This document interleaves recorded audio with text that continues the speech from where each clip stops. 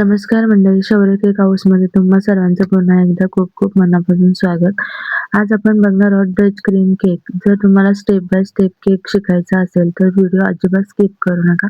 तर व्हिडिओला आपण सुरुवात करूया. केक कटिंग करताना तो पूर्णपणे थंड झालेला असावा. मी इथे तुम्हाला 2 प्रकारच्या कटिंग दाखवत आहे. एक थ्रेडिंगच्या मदतीने आणि दुसरा नाईफच्या मदतीने.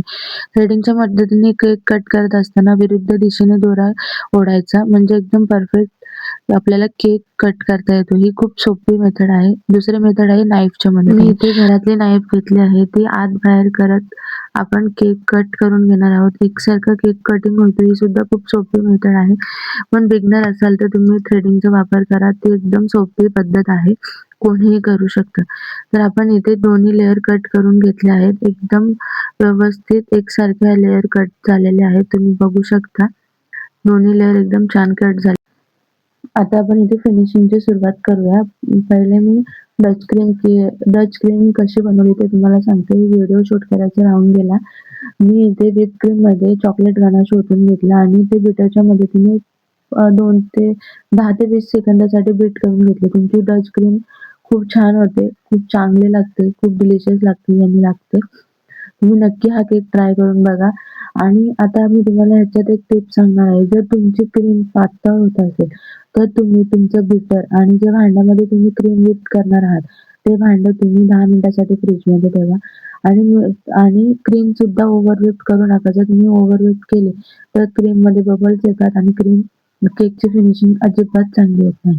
तर आता आपण इथे प्रत्येक लेयर सोक करून घेतली आहे. शुगर सिरपने सोक करून घेतली. त्याच्यानंतर आपण क्रीमचे लेयर टाकले, चॉकलेट टाकलं, चॉको चिप्स टाकले. असे तिन्ही लेयर आपण क्रम कोटिंग करून घेणार आहोत.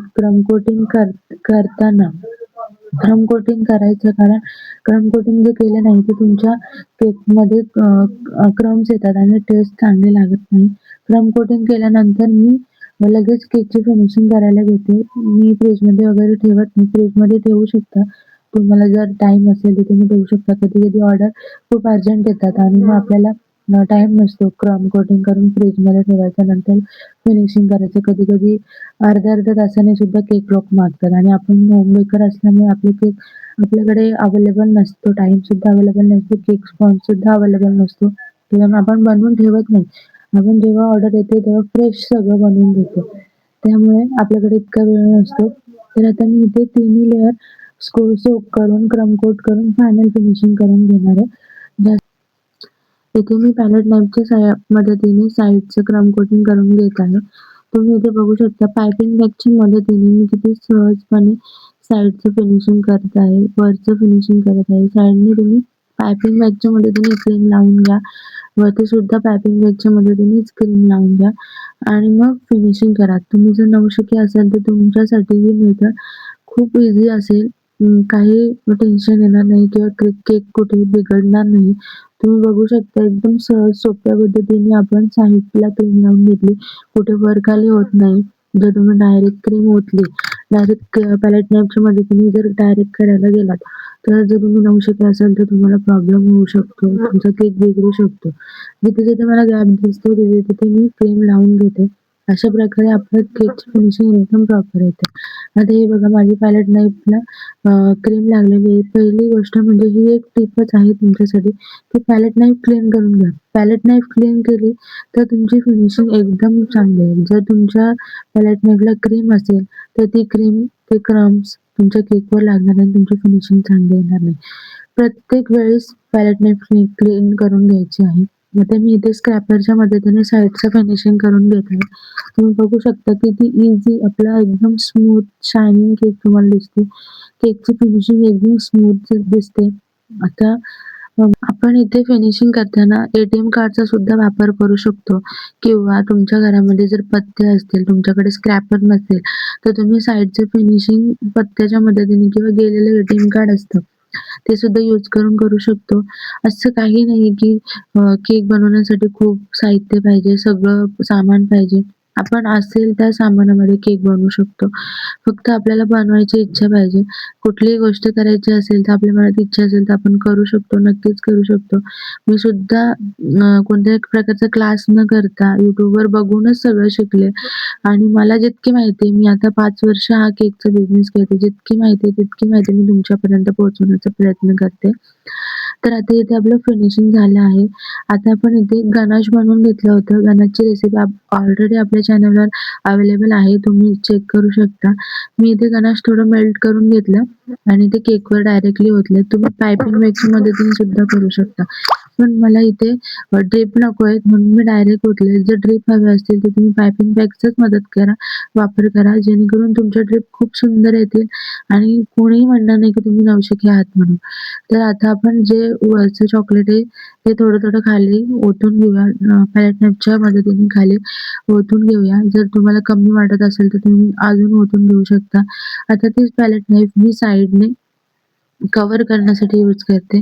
तुम्ही नवशिके असाल तर तुम्ही इथे स्क्रॅपरचा वापर करा. कारण पॅलेट नाईफ धरणं हे सुद्धा खूप ट्रिकी असतं. स्ट्रेट धरून ठेवणं. जर तुम्ही नवीन असाल तर तुम्हाला हे थोडं कठीण जाईल. पण इतकंही कठीण नाही. जर आपण प्रॅक्टिस करत गेलं तर कुठलीही गोष्ट जमते. आता तुम्ही बघू शकता इथे किती सहज सोप्या पद्धतीने मी पॅलेट नाईफचा वापर करून साइडचं फिनिशिंग करून घेतलंय तुम्ही बघू शकता. इथे मी आता N1 हे नोझल घेतलं आहे फ्लॉवर काढण्यासाठी. जी क्रीम आपण केक बनवण्यासाठी बनवून घेतली आहे तीच मी वापरते. कारण डच क्रीम केक आहे. इथे त्यांना कुठल्याही प्रकारचं दुसरं डेकोरेशन नकोय. त्यांना हेच डेकोरेशन हवं होतं. त्यांनी मला फोटो पाठवला होता. एकदम सिंपल आहे आणि खूप सोपं सुद्धा आहे. तुम्ही बघू शकता फ्लॉवर काढून घेतले आहेत मी इथे.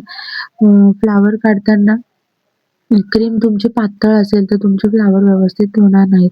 हे बघा जसे पिक्स येतात तसे तुमचे पिक्स येणार नाहीत. त्याच्यामुळे क्रीम करताना खूप काळजी घ्या.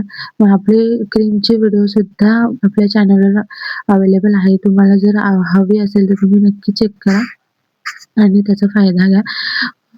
आणि नवीन असाल तर आपल्या चॅनलला सबस्क्राईब करा. कारण मी इथे रोज नवीन-नवीन व्हिडिओ घेऊन येणार आहे. तुमची जर इच्छा असेल तुम्हाला कुठल्या केकचा व्हिडिओ पाहिजे ते कमेंट करून नक्की सांगा. तुम्हाला हव्या असतील त्या केकचे व्हिडिओ मी अपलोड करेल. त्या बेसवर मी केक बनवेल आणि व्हिडिओ अपलोड करेल आणि माझ्याकडे जी माहिती आहे ती तुम्हाला नक्की देण्याचा प्रयत्न करेल. कारण असं म्हणतात, की आपल्याकडे जे ज्ञान आहे ते आपण इतरांना दिलं पाहिजे. कारण ज्ञान देऊन ते वाढतं, ते कुठेही कमी होत नाही. त्याच्यामुळे माझ्याकडे जेवढी माहिती असेल तेवढी मी तुम्हाला देण्याचा प्रयत्न करेन. तर आता मी इथे दुसरं नोझल घेऊन त्या नोझलने अशी डिझाइन करून घेतली. एकदम सोपी डिझाइन आहे. ही वेणीची डिझाइन आहे. तुम्हाला जर आवडत असेल तर तुम्ही दुसरी करू शकता. आवडत असेल तर ही करू शकता. खूप सुंदर दिसतो हा केक आणि खूप खायला तो खूप टेस्टी लागतो. तुम्ही जर कधी बनवला नसेल, जर तुम्ही नवशिके असाल किंवा तुम्हाला घरात खाण्यासाठी सुद्धा बनवायचं असेल तर तुम्ही बनवू शकता. या केकची सुद्धा एक स्टोरी आहे. आता होळी होती.